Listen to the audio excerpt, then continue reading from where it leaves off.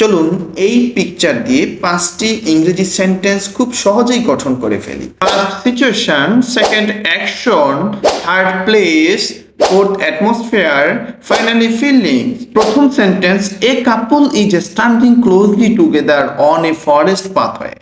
একটি দম্পতি জঙ্গলের পথের উপর কাছাকাছি দাঁড়িয়ে আছে। Second, they are holding each other gently as they share a sweet moment. তারা একে অপরকে আলতো করে ধরে একটি মিষ্টি মুহূর্ত উপভোগ করছে।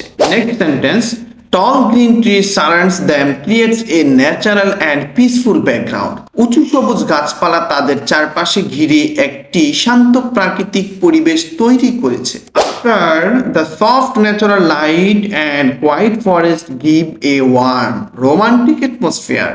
নরম প্রাকৃতিক আলো ও নীরব বন একটি উৎস রোমান্টিক পরিবেশ তৈরি করেছে। সর্বশেষ, they seem happy and deeply connected while enjoying their moment together.